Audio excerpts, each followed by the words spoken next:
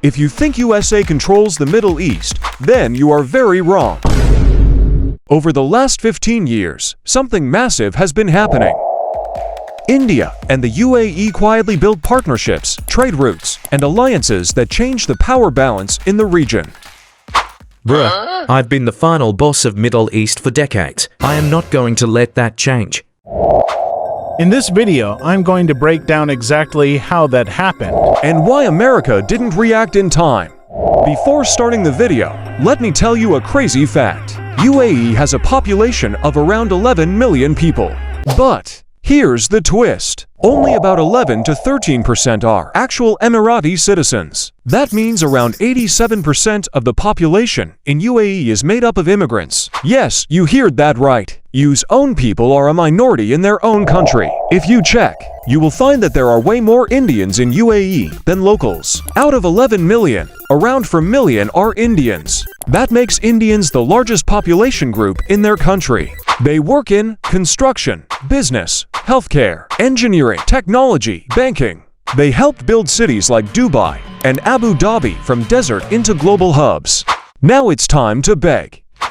Last time, we got nearly 3,000 likes and 600 comments. Our progress is getting better day by day. A very big thanks to all of you. Can we do even better this time? Guys, smash the like button if you believe India and UAE can take over the Middle East. I need to know how many people support India and UAE. And comment, what's your favorite country among them? Actually comment whatever you want, even if it's a simple hi or hello. And if you're from UAE, then make sure to subscribe right now, because we will be uploading way more content related to UAE from now. And if you're from a different country, bro, still subscribe, because why not? All of these are completely free, but it helps me a lot.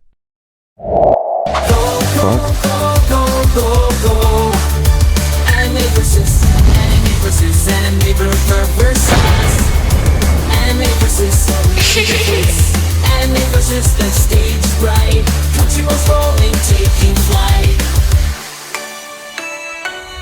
Speeding ahead, breaking free. Y'all can stand, you and me. Chaos reigns, trails ablaze. Anime versus in this dazzling maze. UK, USA, living strong. Mexico's rhythm, join the song. Switzerland's peace, steady and bright. Countryballs unite, shining light. Across dimensions we thrive. Anime versus, let's revive. So let's persist, never slow. This journey our spirits grow. With anime versus leading the way. Every single moment, come what may. Come what may. Go, go, go, go, go. Anime versus. Part 1. India and UAE become economic partners. So what happens when millions of Indians live inside UAE, work there, build there, invest there, and send money back and forth between both countries? You don't just get migration, you get connection. India and UAE signed a major trade deal in 2022 called SEEP. This agreement reduced taxes on thousands of products and made it easier for businesses to operate between both countries. Trade between India and UAE crossed around $100 billion, and both sides want to double it in the coming years. That is not small. India buys large amounts of oil from the Gulf, and UAE invests billions into Indian infrastructure, ports, renewable energy, and startups. This creates dependency, but in a strategic way. Both sides benefit. And this is what modern influence looks like. Not control, not invasion, but integration. Part 2. How UAE turned oil into power. I built ports, airlines, shipping networks, and free trade zones. UAE understood something early. Oil money does not last forever. Instead of waiting for a crisis, UAE diversified. Dubai became a global finance and logistics hub. Abu Dhabi became a massive sovereign investor, putting money into tech, AI, clean energy, and international companies. Companies from India, Europe, Asia, and even USA operate there because it is business-friendly and geographically strategic. UAE positioned itself as the connector between East and West. When everyone depends on your airports, your ports, your financial systems, and your stability, you become important without firing a single shot. That is strategic power. Part 3. Where you'd say focused its energy. USA still has major military bases in the region. USA protects shipping routes. USA has deep security ties with Gulf countries. But for the last 2 decades, USA was heavily focused on wars in Iraq and Afghanistan. Trillions of dollars were spent. Political attention was locked into military strategy. While USA focused on security dominance, India and UAE focused on economic dominance. This does not mean USA disappeared. It means the style of influence was different. Military presence creates control through force. Economic presence creates control through partnership. And the world started shifting toward the second one. Part 4. The rise of multipolar Middle East. Today, the Middle East is not controlled by one outside power. USA is still important. India is rising. China is investing heavily. UAE and Saudi Arabia are acting more independently.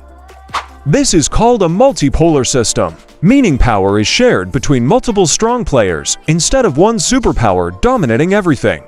I talk to USA, India, China, and Europe. This flexibility gives me leverage. India strengthens energy security, builds corridors like the India-Middle East-Europe Economic Corridor, and increases defense cooperation with Gulf nations. This is long-term strategy. Part 5. So did India and UAE take over? You've been moving different lately. Different how? Your companies are everywhere here. You're acting surprised like you didn't open the door. I opened it, but I mean I didn't expect you to bring 3.5 million people with you. They came to work. You needed them. I still do. Exactly. Trade crossed 100 billion. That's not normal growth. That's what happens when both sides are serious. Or when one side is trying to get closer to the throne. Throne. This region isn't random. There's always someone leading it. And you think that's you? Look around. Business flows through me. Money lands here. Deals get signed here. If there's a king in the Middle East right now, it's me. I heard you've been calling yourself king. You are not king of Middle East. I don't call myself. People do. People also say a lot of things. If not me, who else is it then? I have the biggest economy in the Arab world. The largest oil influence, religious weight. Massive projects changing the skyline. And yet investors still fly to me first. Because you're smaller and easier to move in. Or because I built the system earlier. You build towers, while I'm building a future. Everyone says that. You think a few skyscrapers make you king. It's not buildings. It's control of flow, money, trade, finance.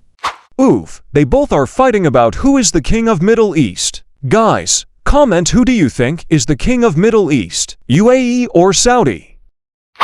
Basically, India and UAE did not take over the Middle East yet. What actually happened is that their influence grew a lot. Bro, what the hell?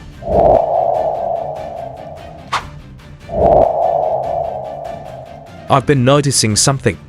You've been very social lately. Social? India, China, and Europe. Everyone's suddenly your strategic partner. Yeah, it's called networking. Actually, it's called playing double game. I'm not playing anyone.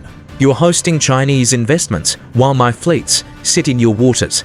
And that's bold. nah, I am just being smart. You know I can make this uncomfortable, right? I can give you 67% tariffs. I've done it before to bigger economies. That would hurt both of us. It would hurt you more. Are you sure about that? 67% is not symbolic, it's pressure. You heard the tariff threat? I did. You still think this is just partnership? USA can try, but USA needs markets, buyers, influence in this region. Cutting everything off hurts both sides. Still risky? Risky is pretending nothing's changing. Look around. Trade routes are shifting. Energy deals are diversifying. Supply chains aren't loyal anymore.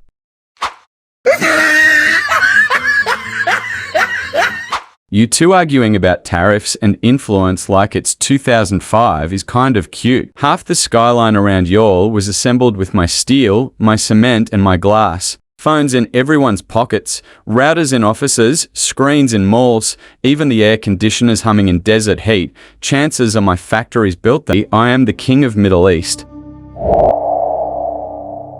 Making things doesn't mean you're the boss. A factory isn't a crown. If everyone depends on what I build, that sounds pretty important. It is important, yes, but that does not make you a king. When problems happen, wars, threats, chaos, countries call me first. Because you show up with ships and jets. And that keeps trade safe. Lol, those trades run on my products. Products can be made somewhere else. Not that quickly and not that cheaply. Bruh, don't act like you secretly rule the Middle East just because you sell stuff.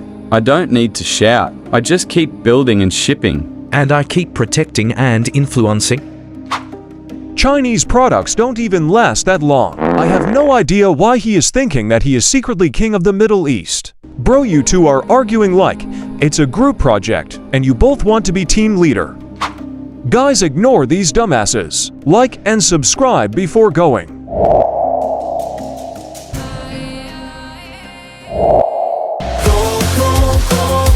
Go.